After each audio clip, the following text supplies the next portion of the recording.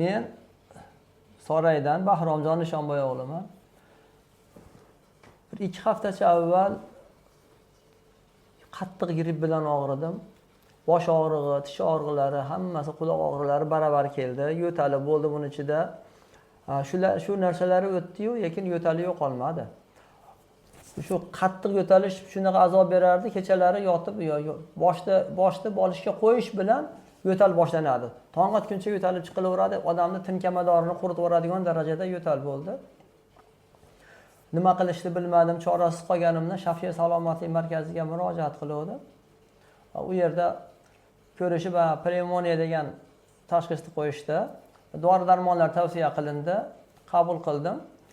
Bir 10 kuncha atroflarida bir iste'mol qilib davolangandan keyin o'sha narsa qolmadi menda. Yo'tal. Bu narsa odamni shu tinkamadorini quritib yuborganidan juda ham odam chorasiz qolar ekan.